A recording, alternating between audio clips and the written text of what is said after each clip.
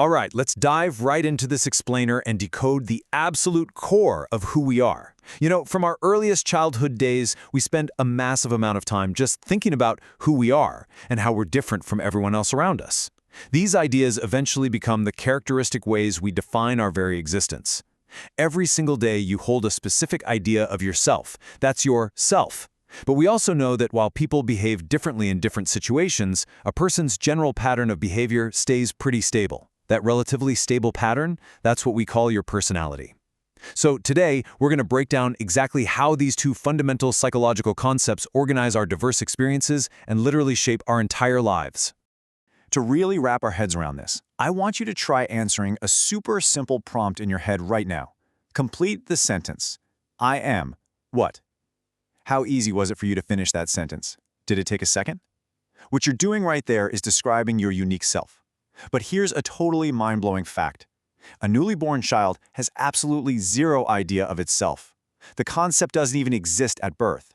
It actually emerges as we grow, heavily shaped by our parents, our friends, teachers, and other significant people in our environment. Our interactions and the meaning we give to those experiences literally serve as the building blocks of our self. It's a completely modifiable structure. Now, if you actually wrote down a giant list of those I am statements, psychologists would jump in and divide them into two distinct buckets, your personal identity and your social identity. Your personal identity is all about those attributes that make you stand out from the crowd, like saying, I am honest, or I'm a hardworking person, or I am a simmer. But your social identity, that's what links you to a larger cultural or geographical group. So if you say, I'm a North Indian, or identify with a specific religion or community, boom, that's your social identity. Put them together, and they form the absolute totality of your conscious experience. But wait, it gets even more complex. We actually experience this self in two entirely different ways, as a subject and as an object. Think of it like this. When you describe yourself as someone who actively does something, like, I am a dancer, you're experiencing the self as a subject. You are the active knower and the doer. On the flip side, if you describe yourself as an entity that gets affected by things, like saying, I am someone who easily gets hurt, now you're describing the self as an object. You're the known consequence. This wild dual status of being both the knower and the known is absolutely foundational to understanding human psychology. And the boundaries of this self aren't a universal one-size-fits-all thing. They are heavily dictated by where you grew up.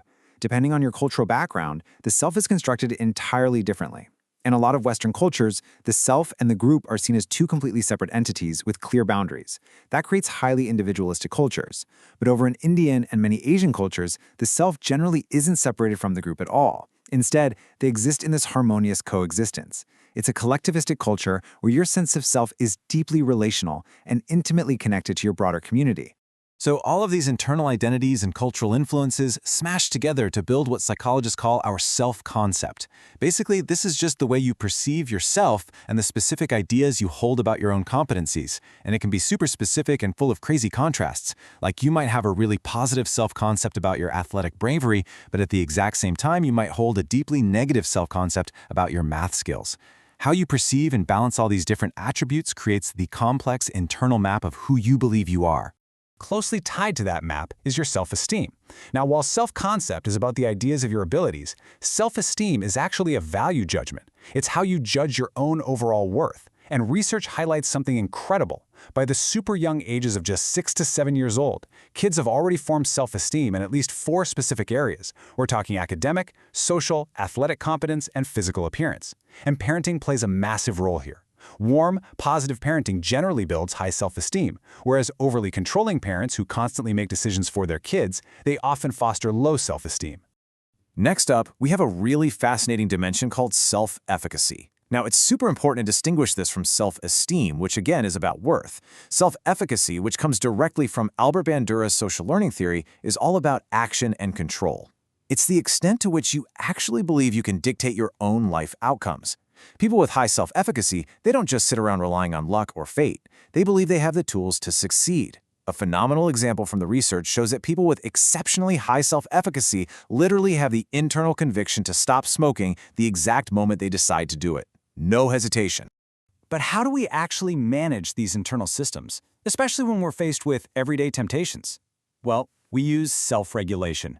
That's our ability to organize and monitor our own behavior to delay gratification. Some cultures actually promote this beautifully. For instance, the Indian cultural tradition uses practices like fasting in vrata or rosa to actively develop immense self-control. Psychologically speaking, self-regulation involves 3 core steps. First, the careful observation of your own behavior. Second, self-instruction, where you consciously tell yourself what to do. And third, self-reinforcement, which is simply rewarding yourself when you finally make a good choice. Okay, so if the self is who we are on the inside, our personality is how that self shows up to the rest of the world. Fun fact, the word itself comes from the Latin persona, which was actually the theatrical mask worn by actors in Roman theater to change their facial makeup. Now, while a layperson might just use the word personality to describe someone's superficial charm, in psychology it represents a relatively stable pattern of behavior, thought, and emotion across different situations. It is the exact reason why different people behave in wildly different ways when they're thrown into the exact same scenario. To be precise, psychologists define personality using 4 main features. First, it integrates both physical and psychological components. Second, its expression is totally unique to any given individual. Nobody is exactly like you. Third, its main features are incredibly consistent. They don't easily change over time. An honest person generally stays honest for decades. But fourth, and this is the really cool part, it is dynamic and adaptive. That means your behavior can still shift depending on the demands of the situation, allowing you to adapt to new environments without ever losing your core traits. So, why are our personalities so dramatically different? Well, psychologists have historically battled over 2 major frameworks to figure this out.